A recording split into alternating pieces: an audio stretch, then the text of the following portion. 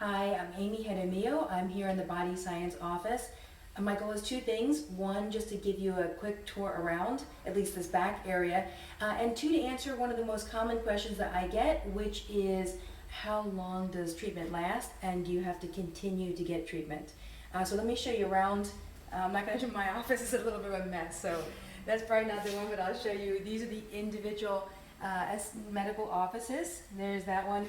We do lots of IVs, so you're looking at one of the IV rooms over here, and another medical office on this side. This is the shared kitchen for everybody that comes on over. Two restrooms, and the reason is we do lots of IVs, so we've got lots of people that need to use the restroom. There's one of the treatment rooms back over here. And here's our second IV room. And let me take you right back out of here now. And let me answer the question that everybody seems to be asking. So when it comes to ALS, what I wish I had was a cure, but I don't. And I think everybody is still waiting medically in the scientific community for a cure.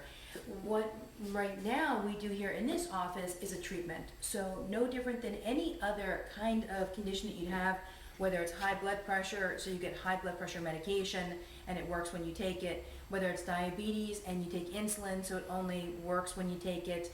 ALS is a progressive muscle disorder. What we do over here is build muscle, and we use a number of technologies in order to accomplish that. And that new muscle is yours for a period of time. As far as how often people come back or how long does it last, it depends on a couple of factors, but the number one factor is how long did we have you for the first time, how much muscle did we build during that time, and how rapid is your progression. So I'll give you an example. We have some people that come on down with a very slow progression. They may have had ALS for 4 or 5 years already with changes, but not substantial changes. And they might come down for 1 or 2 weeks, and then we may not see them again for 3, maybe even 4 months for another week or 2. On the other side of things, we have lots of folks that progress at a fairly rapid speed. They may have had ALS for 2 to 3 years and they're already very, very advanced. And at that point, what we'll normally do is when you come on down, we'll decide what's the priority, what's our first priority. Is it legs for better standing and transfer? Is it trying to get better arm strength? And if you come for 3 weeks, we'll divide that period of time against different priorities.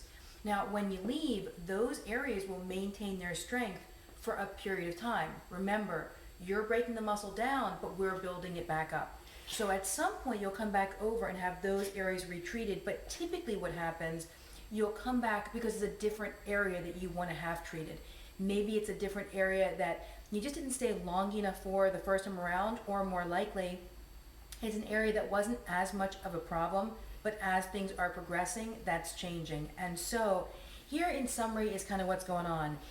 There are cures for diseases out there. This is not one of them. My hope is that that cure is determined at some near point in the future.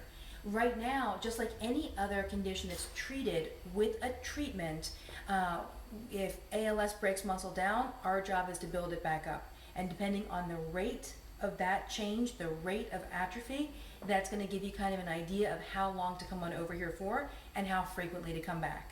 I hope I've answered that question, but I don't mind getting back on and trying again if anybody is not exactly sure or has a question about themselves specifically. But just know the average person here, 1 week if somebody either doesn't have a lot of progression, they're very early in the diagnosis, or they just want to do 1 week more frequently, like maybe 1 week every six weeks.